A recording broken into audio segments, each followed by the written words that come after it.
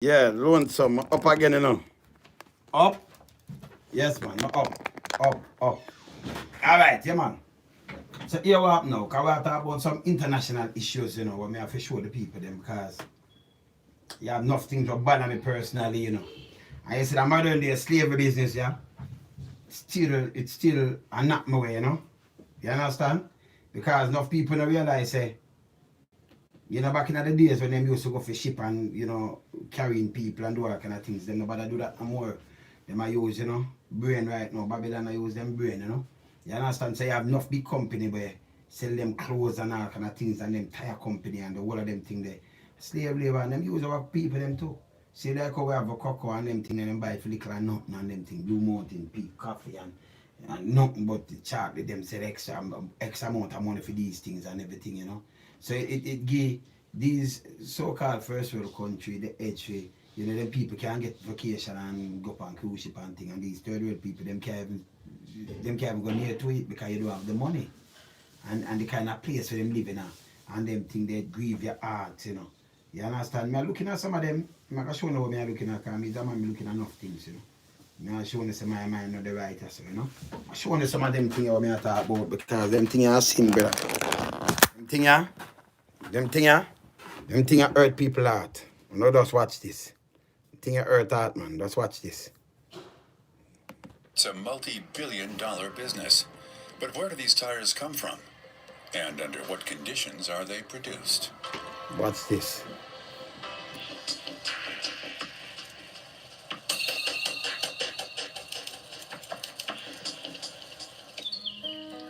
The tires of my family car are well past their prime. They're getting old and are a bit brittle. The need to replace them ahead of a family vacation has got me thinking about the origin and sustainability of tires on the market. Stiebling, a family-run business, is one of the biggest independent dealers in Western Germany. I'd like to buy a set of new summer tires and want some advice. The store stocks the standard brands, they're all good quality. But I have a different question on my mind. Can I tell where a tire was produced? Is that possible? Yes. Made in China, Japan, the Czech Republic, tires are clearly produced all around the world. Are customers interested under what conditions the tires are produced? Very few, to be honest. The customers aren't interested in sustainability, how the tires are produced. For us, it is, of course, an important factor, but very few customers are interested, to be honest.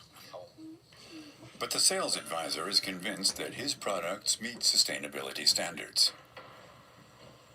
Them thing when me show some serious thing where people for taking, you know. They may not joke nothing, you know. When me look on the country them and look where them are set to a really a go on, you know. I seen them thing, you know. Just watch this.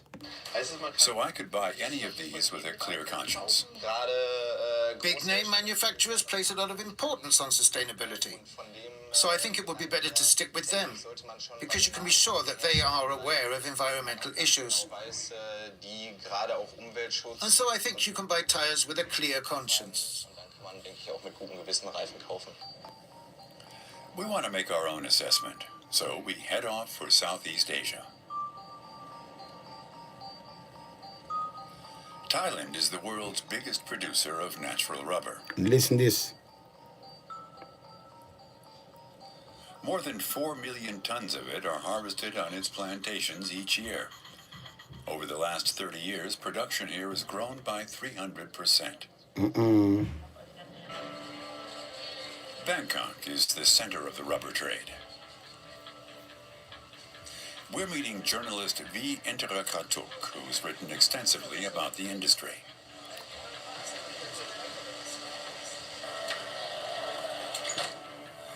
Even from the car, it's clear what a big role the tire industry plays in Thailand.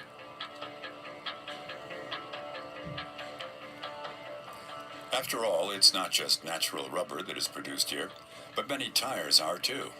Look on this, They're you know. then shipped around the world in containers. But it's not easy to get a glimpse inside the business here.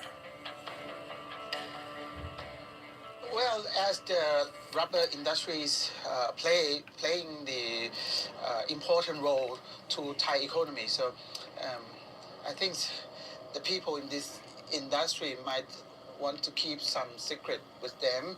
Secret. It's quite a bit difficult to get information from them.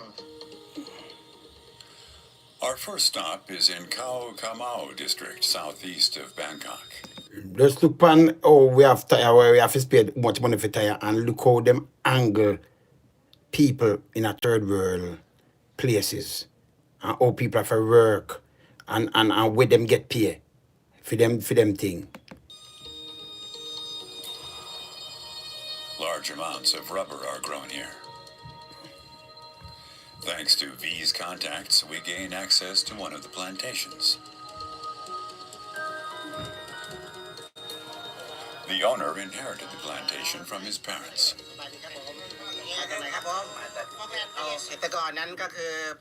In the past, this area was rainforest. My parents cleared the whole area and started cultivating it. First, they planted rice and sugarcane, but later they switched to rubber. The plantation begins right behind his house. For the first time, we see how rubber is harvested. The rubber latex drips out of an incision in the bark of a tree. It can be harvested in a liquid state or through the addition of vinegar, as they're doing here, to get the rubber to solidify and harvest it in solid pieces. Bao Supat employs more than 50 workers on his plantation. Later, we will discover what kind of conditions they live in.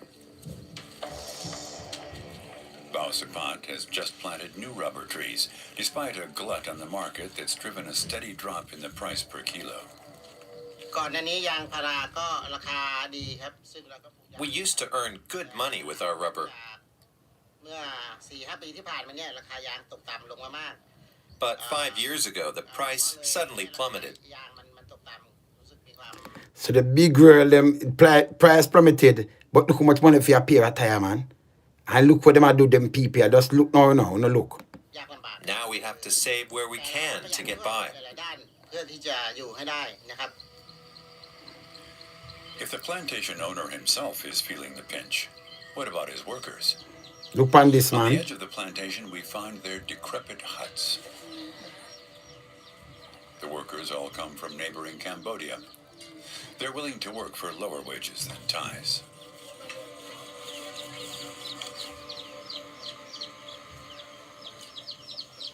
I work 12 hours a day, 5 days a week. No, who work 12 hours a day, 5 days a week in the first world country like that.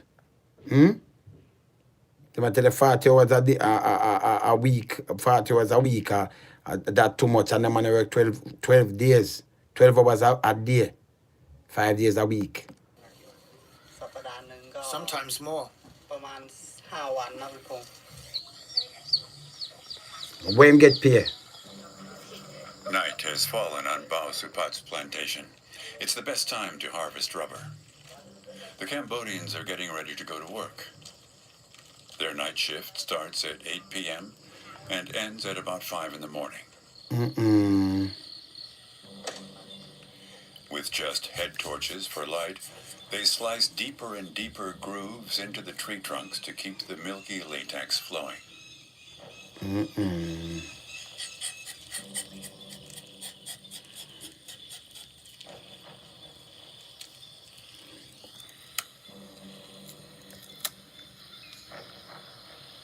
Na has been working on the plantation with her family for the past 7 years. The 23-year-old can't read or write.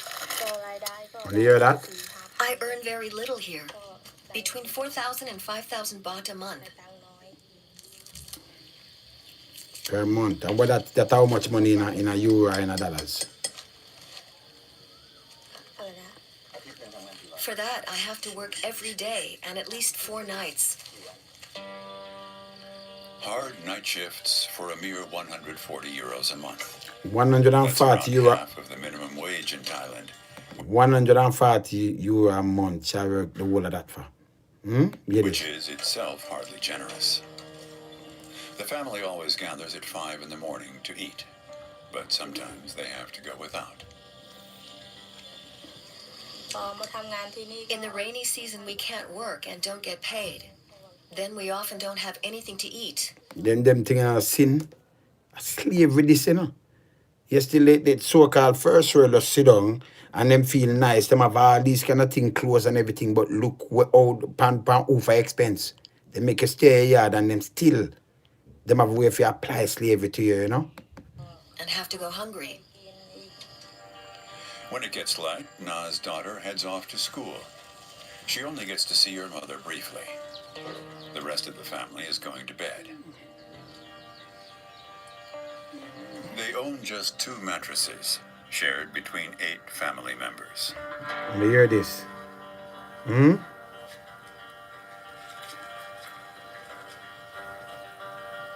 Jesus Christ.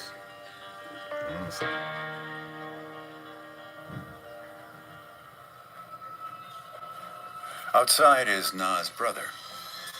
His job today, spraying herbicide. Look on this.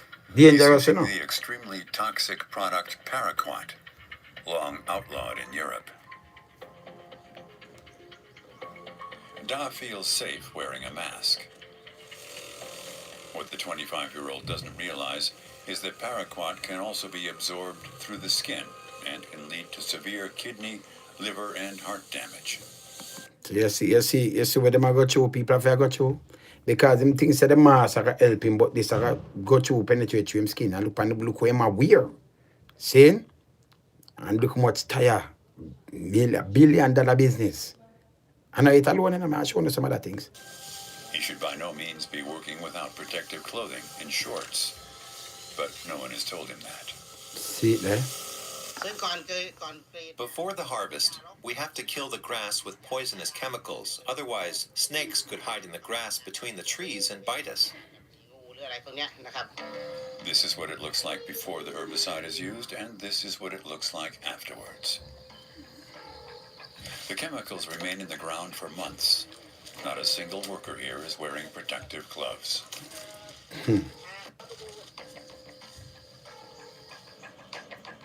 It's the first or third world After PFA. the harvest, Boasupat sells his rubber to the woman who controls the trade in the area, a broker.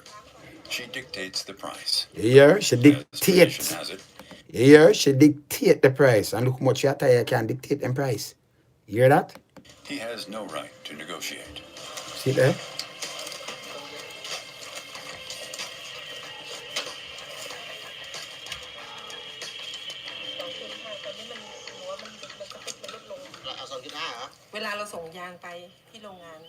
From here, we send the latex to our partner factory for processing.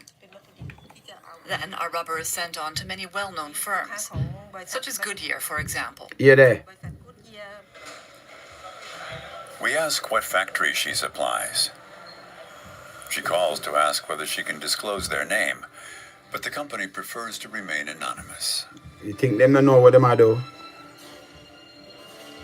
Undeterred, we decide to follow a truck. We want to know who processes the rubber.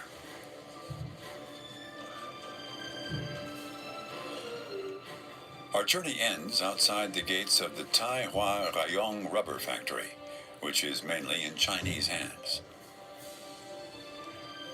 We ask for permission to film, but we're immediately turned away and told in no uncertain terms that a written request is also pointless. From above, it's possible to get an idea of the scale of the factory that supplies the And they chop processed them and look at the commodity factory to big. manufacturers worldwide. All of them places they involved in this. All of them. Big country involved in this thing. All of them. Saying, when you go through this, it make your heart, man. You feel it, man. All right, but I go through 10 of them things. I show to say, even the clothes store, them. All of them involved, man. All of them, man. You understand? And that's why, boy, I tell you, wicked pan people, man. Eh? Yeah, man, this a slavery same way, man. Modern days. You understand? Look on this. Uzbekistan, a country in Central Asia, has a horrific tradition of cotton slavery. Ranking among the top of 2016's Global Slavery Index report, Uzbekistan has a deeply ingrained system of modern slavery. The government state of Uzbekistan owns most of its land, meaning farmers within the country don't own their own land and farms, but rather lease them from the government. This system allows for the government to impose cotton production quotas on its own people and publicly shames and punishes those who don't meet these quotas. The government has, in other words, created a monopoly on its cotton industry and benefits immensely off the back of its own citizens. As every annual harvest comes, civilians are recruited and forced to pick cotton to meet their quotas. This doesn't mean just farmers, though. Teachers, doctors, and even children are taken from their schools and forced to work. They are slaves to their own country and are placed in camps with horrific work conditions, often without even having running water. Knowing this, over 70% of major retailers like Gap and Levi's have strict policies not to buy cotton sourced from Uzbekistan, and it would seem that other major clothing companies like Forever 21, H&M, Toys R Us, and Urban Outfitters would as well never source their material from Uzbekistan. However, all four companies have sourced cotton produced in the country. Much of the cotton from Uzbekistan ends up in countries like China and Bangladesh, making it extremely hard to identify where their cotton was harvested. Forever 21 is believed to continue to source a majority of their cotton from Uzbekistan even today, where again, children as young as just 8 to 9 years old are taken from schools and forced into labor. H&M, on the other hand, has attempted to counter this and has aimed for all of their cotton to be sourced from sustainable, fully traceable sources by 2020.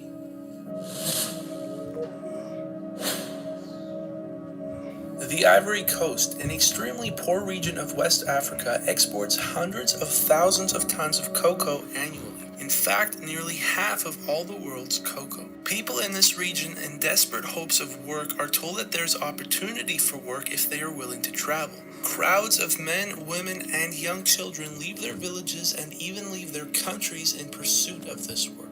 But every year, thousands encounter a world of captive slavery. Traffickers sell these people to farmers for as little as just $20. They are now the farmers' property and are forced into cocoa plantations and used for hard labor. Once in this dark system of slavery, it is nearly impossible for them to escape. They experience horrible work conditions and are locked away in tiny huts after a hard day's work every evening, given just small tin cans to use as toilets. To counter disobedience, they are beaten relentlessly by their masters every morning and evening until they are left nearly unconscious. They are then forced to work and watched extremely closely. This is done until they are deemed to have accepted their fate as slaves. They are told that if they ever attempt to escape, they will be killed, and it is this instilled fear that keeps them obedient to their masters. As stated, nearly half of the world's cocoa comes from the Ivory Coast. Of the cocoa that comes from the Ivory Coast, it is estimated that up to 90% of plantations use some form of slavery. This is a shocking statistic, as it means that at least 2/5 of the world's cocoa is tainted by slavery. With falling prices of cocoa, more and more farmers are buying and using slaves. Companies like Hershey, Mars, Kraft, and Nestle have all been directly linked to slavery. In 2001, media sources revealed that Nestle had been using farms on the Ivory Coast in which 600,000 children had been kept in slave-like conditions. Shockingly, though, Nestle kept on using these same farms right up until 2012, when a second major report revealed just what was going on. While the company has pledged to change their ways, it is unapparent if anything has truly been changed. In 2016, the Fair Labor Association reported that 70% of Nestle's farms were not trained on the fact that slavery was even illegal. They also reported that, quote, there is no process in place to monitor, report, and remediate cases of forced labor at the farms, end quote. Even in 2016, evidence of child labor in dangerous conditions getting paid little to nothing remains.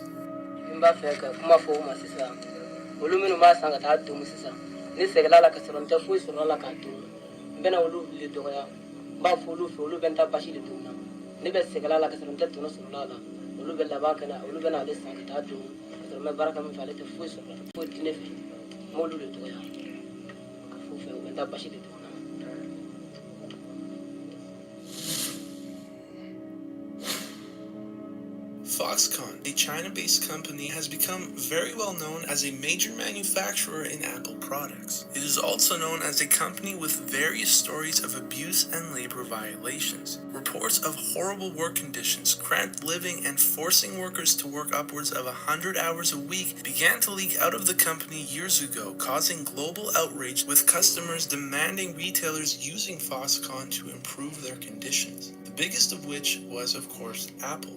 Apple claimed that they were doubling down on improving conditions for their workers, and while indeed some aspects have improved, reports from as recently as 2013 seem to indicate that there is much left to be improved. Foxconn has been known to punish its employees by forcing them to clean toilets, sweep grass, lawns, and write confession letters that are shown publicly to other workers to shame them.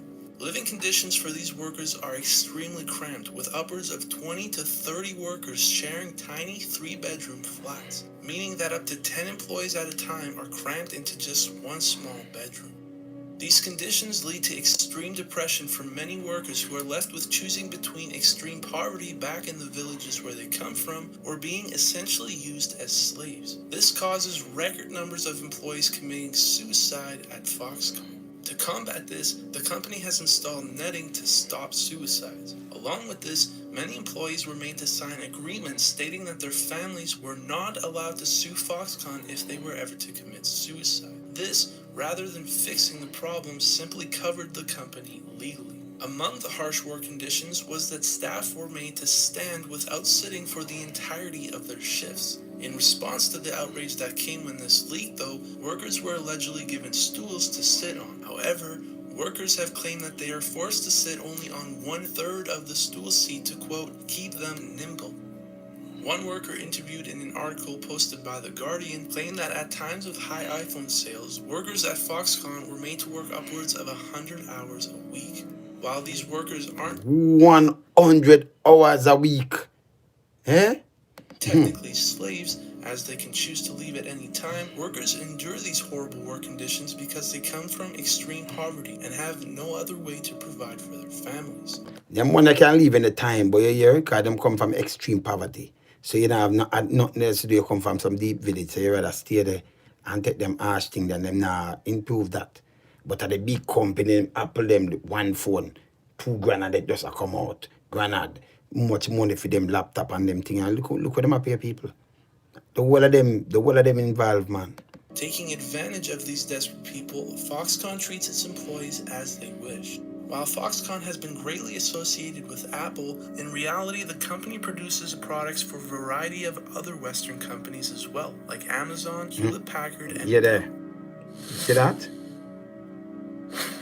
400 miles east of Delhi lies the Indian carpet belt. From here, 16 million pounds of carpets are imported just to Britain alone every year. In the very poor North Bihar, India, thousands of young children go missing as a result of being tricked into, lied to, and even kidnapped for slavery. Families search far and wide for their children as young as just 5 years old, but there is little to no hope once these children are gone.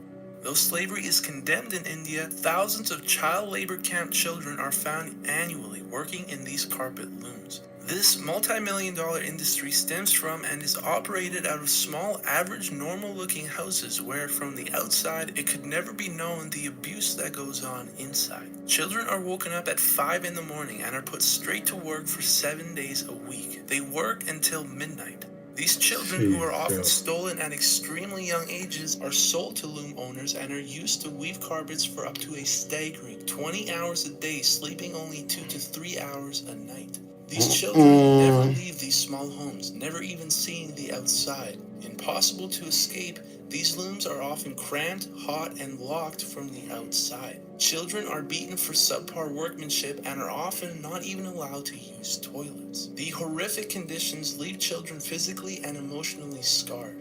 Sadly, though, these villages rely heavily on the carpet industry. Boycotting the buying of these goods from India entirely only makes the poor even poorer. The best thing we can do in the Western world is to simply ensure that we only purchase carpets produced legally and ethically, and ones that are labeled accordingly. 9 out of 10 carpets that aren't marked are believed to have been, at least in part, made by child slaves. Astonishingly, Very few major retailers in North America and Europe ensure that they sell properly labeled rugs imported from India. According to a study by FXB Center for Health and Human Rights at Harvard University, Macy's, Target, and IKEA are just a few of the many companies linked to the Indian carpet belt.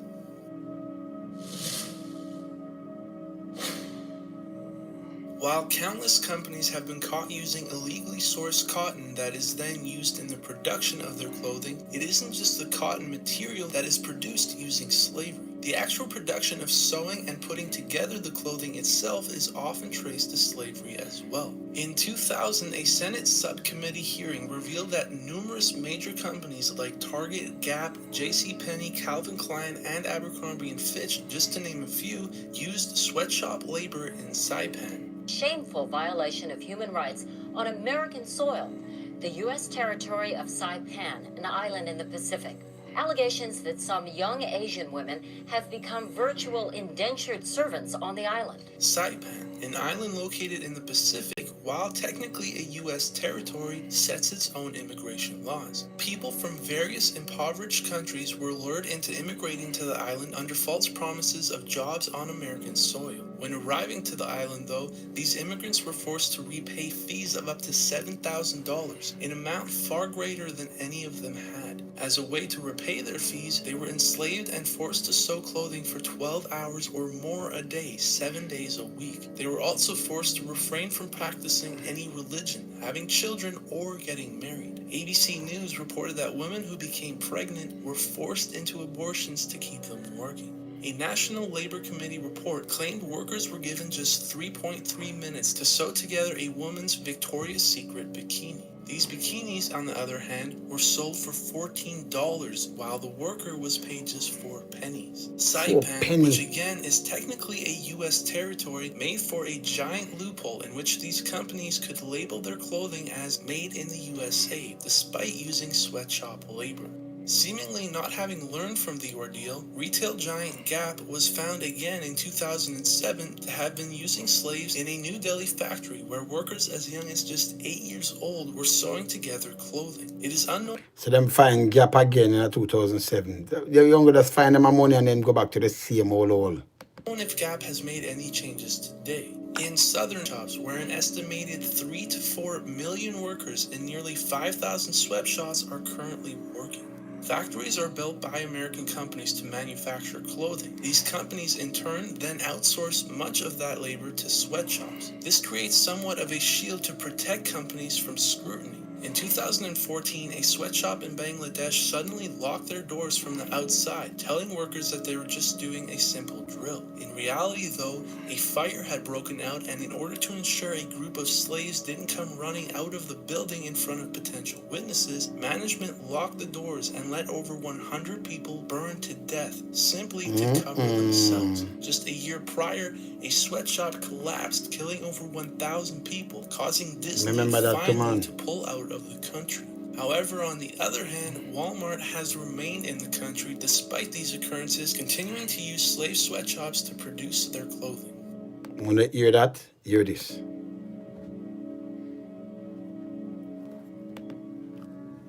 Saying, so me just knock on that. Because them have other things too, you know. Saying, yeah man, so we have to do some boom and knock on that. So when me go through the whole of this.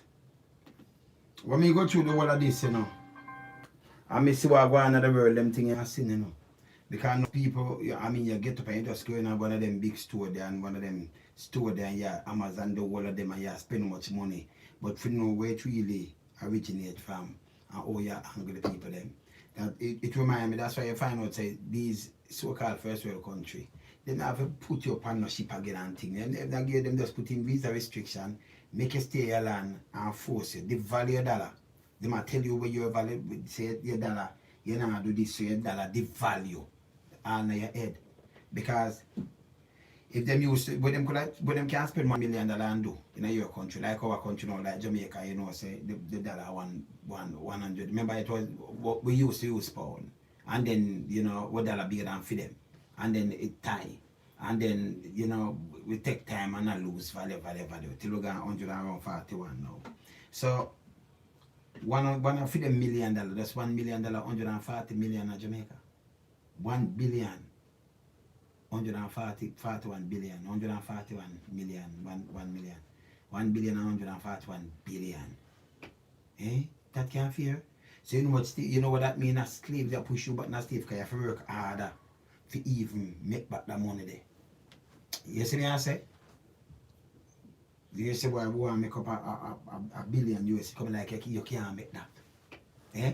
Yesterday money used to be bigger than it, so a billion used to less than our billion. And just a couple $100 million for make one for them billion. Just like in the early 70s or so. See?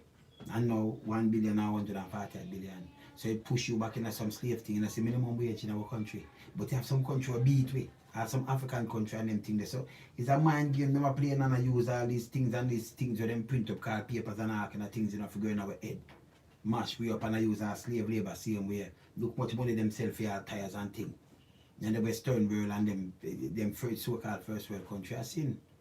Them have no regard to human life or nothing. And them same and look out against the whole thing about, child labor and this and that and everything and that them company I use. And them, remember, if them are gonna tell we say, if you know say this is a criminal enterprise, I run, racket. And alright, so somebody I sell drugs.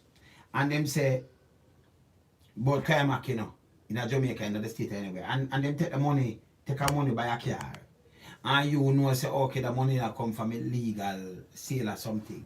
Them can't seize that because them say the money we for buy the car where you use down run a taxi. The money we for buy the actual car it illegal because dirty money that. So that is seized and then you get in a trouble. So it's supposed to be the same way. Say a child labor, say this a slavery and them thing, the oil hold them company, tear them down and mash them up. But earn and they still, and the tax, you should not collect tax on them. Them should have go to prison. So me see it. So you should just equal across the board because I want to tell we, We work off I want to tell we. See? So the whole of them guilty or something, the whole of them big company. Up to the wheel them where we are drive the car, from deal with the parts, the rubber, we make the tire, everything. You have even in a Europe itself, when the African them go across there, and some other people in a Europe right now, you have the fruit picking, them not pay them nothing. You think a joke? I'm showing a little thing about that. Saying coming out, leave them off. So now just half of the land there's about half of this too. Cause see ya, don't leave them off. See ya? Showing how quick the cutting. Saying, look here. I'll show them how quick the cutting. What on there? Pass this. Alright, upon this now. It's €6 per hour. €6. I earn it's so much hours. Where she earn? €6. All these workers are legally registered, the boss tells us here. He says that makes his business less profitable than competitors. Europe this. A lo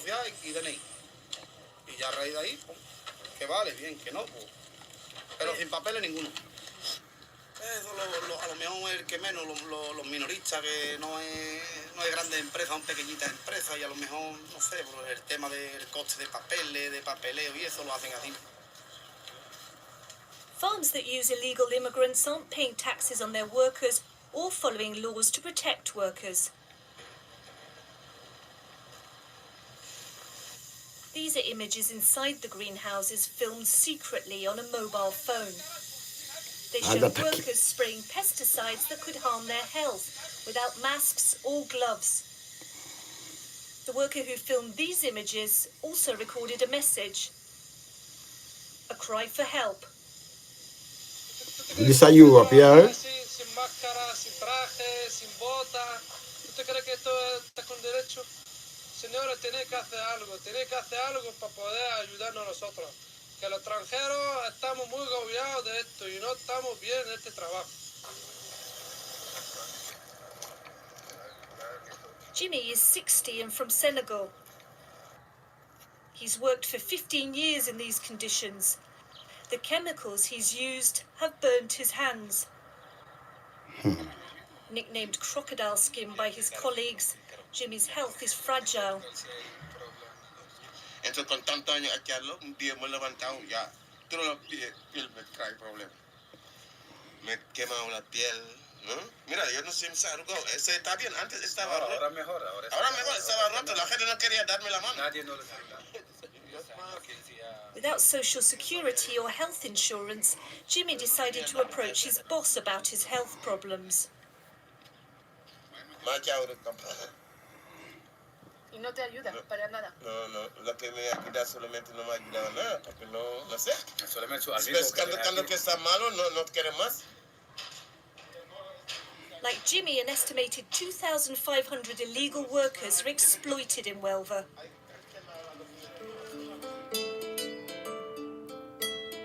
They can't afford to live in the village. They have to set up house in what the Spanish called chabolas. Spanish call it in Spain. Spanish chabolas. Slum, look there. ¿Dónde está el compañero? ¿Dónde está? Spitu Mendy from Senegal is a unionist who also used to be an illegal worker. Every day he visits the slums. About 30 tomato pickers live in this one. Kwasi came here from Ghana over 4 years ago. C'est quoi si? Alors, mira. Ese de plástico de ese no vale. Mira, ese no vale. ¿Por qué? Tiene problema de la luz, fuego. Ese sería más fácil. Es muy inflamable. Spitu has spent the last 10 years trying to improve the conditions of these vulnerable workers. He's well aware of the methods used by some of the most unscrupulous bosses in the sector, like workers' contracts issued in fake names. Los contratos basura que solemos decir, ¿no? Chaque 3 mois, le patron, il te fait changer d'identité pour pouvoir continuer. Ça veut dire quoi? Il coupe ton ancienneté pour ne pas avoir des problèmes. Europe food pickers, man. And Kwasi and others like him are paid a lot less than other workers on proper contracts.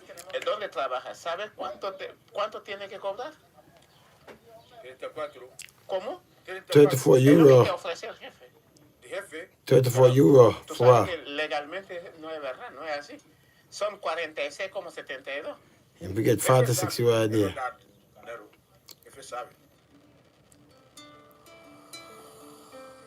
Agricultural bosses are an influential group in the region. Spitu is one of the few to challenge them. A few days ago, this business sacked 22 Moroccan workers who were asking for a pay rise. Los magrebíes que trabajan son la mayoría y muchos no hablan español y no saben leer tampoco. Entonces le hacemos en su idioma para facilitarle la información. Aunque no sepa leer, lo puede dar a otro que lo tenga. At the entrance to the business, Spitu and his fellow unionists try to convince the few workers who do speak Spanish to make a complaint. Me follow this man, this wicked man. So them thing in my head, you know, them thing we sit down and study the world and study what them do. Study them big company where you see them company about upon other people from other countries, so-called, that's why them call it so-called third world country. You notice certain country money now move, but our country money at deep value. Oh, because them can't them use less money for pay you for the even them get more out of the same money with them have. So them that spend $1 million when it used to was $1 million at the time. No, it was 140 million. How much work was that you have to do for them? How much thing them have to go to your country? Them thing you have seen. You understand? So them not have mankind equal up. And the whole of them big company, Amazon, the whole of them involved in this. You understand? Yeah, the whole of them involved in this. Time for them stop it, you know, the world should run under one. You know? You understand, equal rights for the world and pay the people them right and them things. But you can't come out and say, yeah, I do this. But yesterday I do this too. Them so-called third world country and look at 80 and some other country. Wicked this man. Some country Africa, the money lasts. Them if you use millions to make $1 US. A joke this. So them can come to your place and build up something and them I use nothing and get all the illegal. And that's slavery, you know. A slavery, that is a mind control, man. Slavery, man. If stop, man. And more people if start knock out against them kind of thing. This is slavery.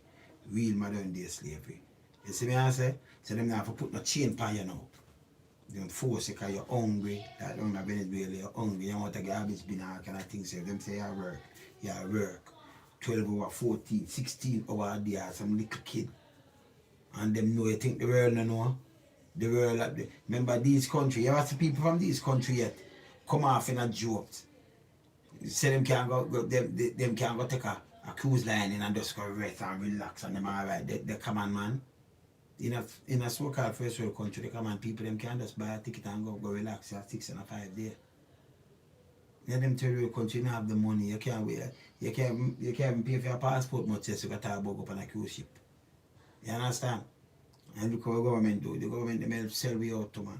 Wicked man. But there, yeah, when I just open an eye, you know, them things I talk about. Instead of some man, we there and you know, some man hype up and some man and I do some other things and I know them are the real concern in a parrot. You understand me open an eye. You understand? Them things I need for change. We there, yeah? Lonesome, keep it with, yeah? Alright, we there. Up.